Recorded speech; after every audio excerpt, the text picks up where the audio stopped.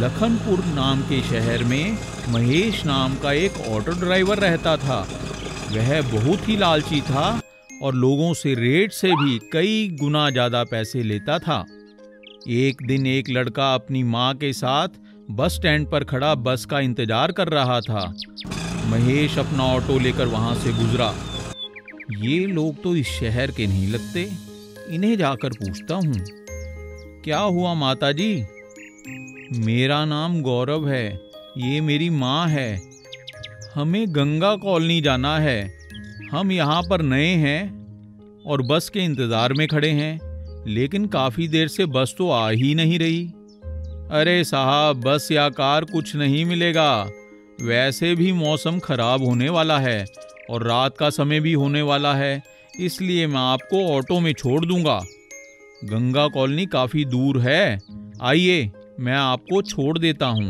और महेश ऐसा ही बहाना करके लोगों को बस स्टैंड से ले लेता और कहता कि कोई बस या कार नहीं मिलेगी। इस तरह से लोगों को झूठ बोलकर वह ज़्यादा पैसे कमा लेता। एक दिन उसे एक आदमी मिला। वो आदमी भी बहुत चालाक ठग था। ऑटो ऑटो, कहिए सर, कहाँ जाना है? मुझे गांधीनगर रोड नंबर 1 पर जाना है। अरे वो तो पास ही है, लगता है आज मेरी अच्छी भूनी हो जाएगी। पर सर वह तो बहुत दूर है। अच्छा यह बताओ कि कितनी दूर है? जी करीब 20 किलोमीटर दूर है। आप चलिए, जो भी मीटर से बिल बनेगा आप मीटर से 20 रुपया ज़्यादा दे देना। आदमी ऑटो में बैठ जाता है। जी 500 रुपये का बिल तो हो ही जाएगा। अरे मैंने कौन से इसे पैसे देने हैं, जितना मर्जी बिल बना ले। अच्छा भैया आप चलो। महेश ने पूरे शहर का चक्कर लगाकर 500 रुपये का बिल बना दिया। अरे भाई तुमने तो पूरे शहर का ही चक्कर लगवा दिया, पर सारी रोड तो एक ही जैसी लग रही है। वह समझ गया कि महेश उसे ठग रहा है। जब ऑटो सिग्नल पर रुका तो उस आदमी ने ऑटो से निकलकर 10 रुपये रखे और वहां से चला गया। महेश उसके पीछे भागा। सिग्नल पर ऑटो छोड़ जाने की वजह से उसका चालान कट गया। ट्रैफिक पुलिस वाले ने उसे डांटा तो महेश समझ गया कि आज वो फंस गया है। फिर उसे समझ में आया कि जैसे वह लोगों को रोज चूना लगाता है, आज किसी और ने उसे चूना लगा दिया। आज उसे दर्द का एहसास हो रहा था। उस दिन के बाद वह ईमानदारी से ऑटो चलाने लगा। अगर हम किसी को धोखा देंगे तो बदले में हमें भी धोखा ही मिलेगा। ममता एक छोटे से कस्बे में अपने माता पिता और भाई के साथ रहती थी। ममता को ऑनलाइन शॉपिंग करने का बहुत शौक था। वह हमेशा नई नई चीजों का ऑर्डर करती रहती थी। एक दिन कुरियर कंपनी का एक आदमी आकर ममता की माँ को एक पैकेट देकर गया। पैकेट देखकर ममता की माँ कहती है, ममता बेटी यह कोई पैकेट आया है, देख तूने ही कुछ मंगवाया है लगता है। हाँ माँ, मेरी नई लिपस्टिक आने वाली थी, लाओ दिखाओ तो जरा। ममता ने जैसे ही पैकेट खोला, ओहो, मैंने तो ये रंग बोला ही नहीं था। चलो कोई बात नहीं, ये वापस हो जाएगा। मैं वापस करने के लिए मैसेज कर देती हूँ। कुछ दिनों बाद, ममता मैं बाजार जा रही हूँ बेटी, मिक्सी खराब हो गई है, सोच रही हूँ नई ले आती हूँ। माँ दुकान पर क्यों जाती हो? तुम्हारा तो सारा दिन मिक्सी ढूंढने में लग जाएगा, ऑनलाइन मंगवा लो।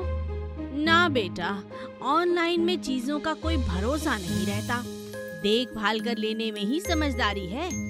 अरे माँ तुम चिंता मत करो, मैं देखभाल कर ही खरीदूंगी। कल तक तो डिलीवरी भी हो जाएगी, तुम विश्वास तो करो ना।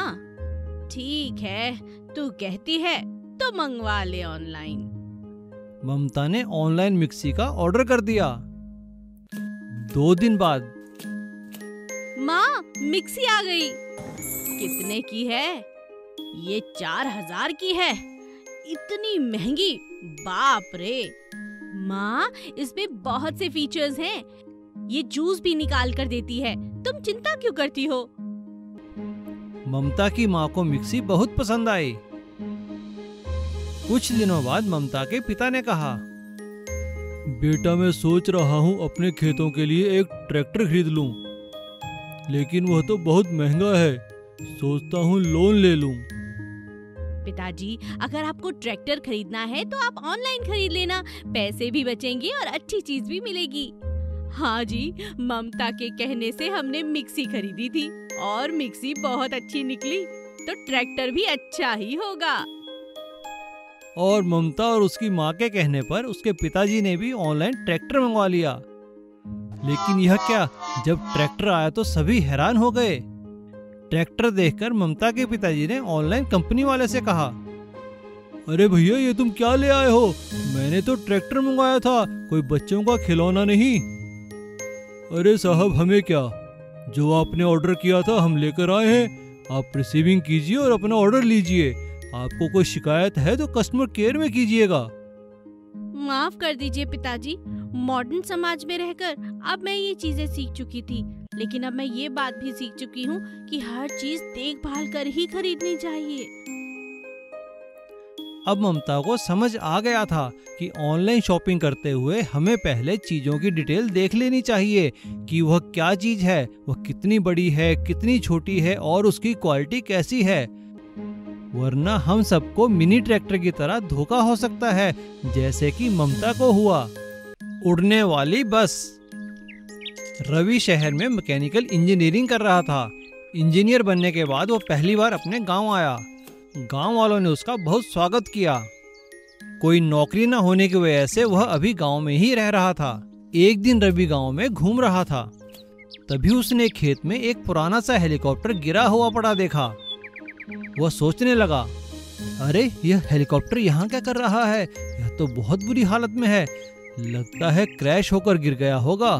जिज्ञासावश रवि उस हेलीकॉप्टर के पास जाता है और वहाँ खड़े हुए लोगों से पूछता है, चाचा राम राम। राम राम।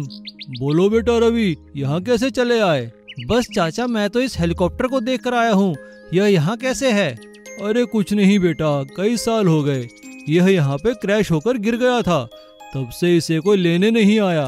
रवि हेलीकॉप्टर को अच्छे से देखता है और मन ही मन सोचता है, अरे इस हेलीकॉप्टर का तो इंजन वगैरह सब कुछ ठीक है, काश मैं इसका कुछ कर पाता।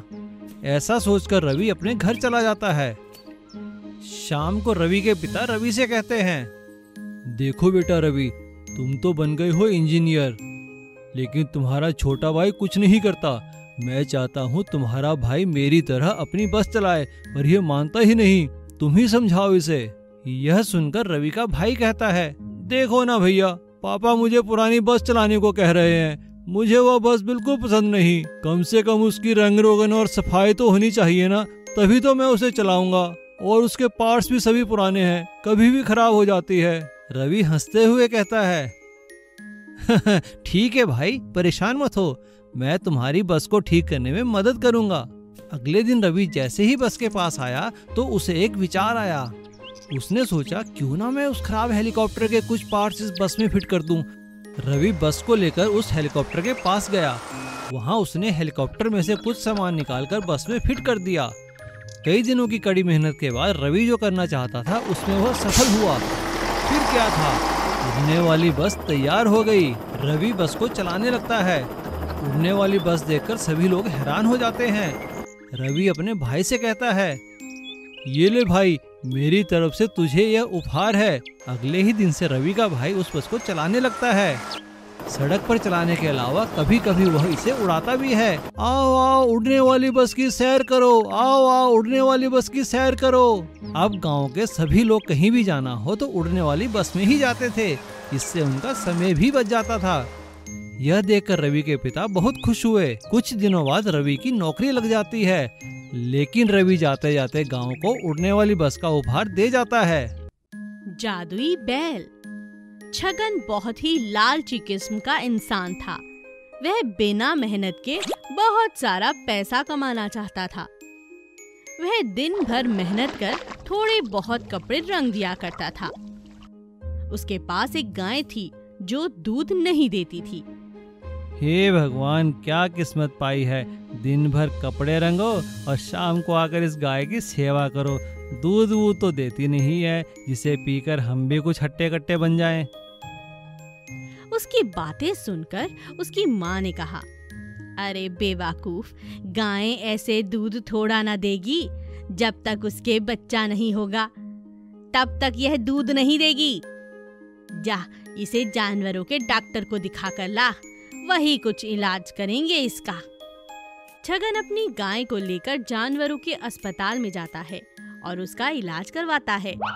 कुछ ही महीनों में छगन की गाय के एक बछड़ा पैदा होता है।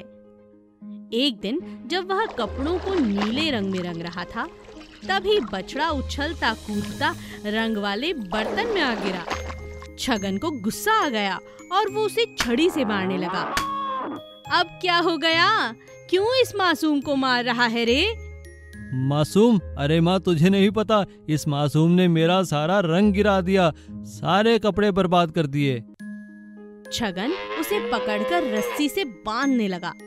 तभी बछड़े को नीले रंग में रंगा देख छगन के दिमाग में एक उपाय आया और अगले दिन उसने उस बछड़े के सर पर एक नकली सींग लगा दिया और उसे पूरा नीले रंग से रंग डाला और उसे लेकर शहर की ओर चल दिया। अरे, इस रंगे बछड़े को लेकर कहाँ जा रहा है? माँ, अब तो यह जादुई बछड़ा ही बनेगा मेरी कमाई का साधन। तू देखती जा। आइए आइए, जादुई नंदी महाराज के दर्शन कीजिए, अपने बिगड़े काम बनाइए, नंदी महाराज का आशीर्वाद लीजिए। अरे भैया, जरा ठहरो, हमें भी नंदी महाराज के दर्शन करने दो।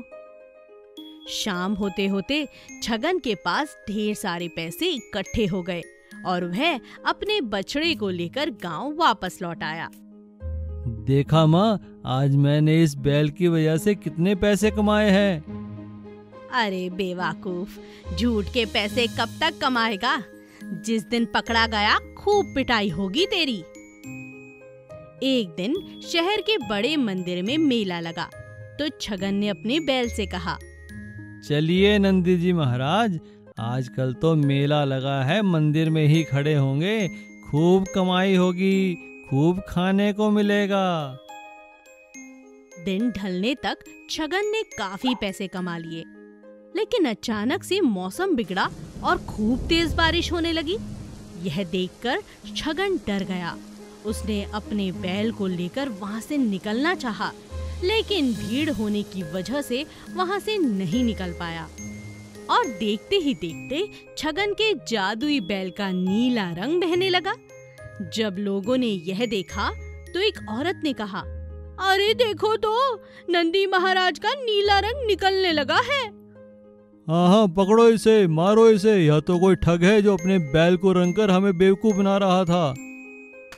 भीड़ ने छगन की पकड़कर खूब पिटाई की और पुलिस वालों ने छगन को जेल में बंद कर दिया और उसके बैल को सरकारी तबेले में डाल दिया। Please subscribe.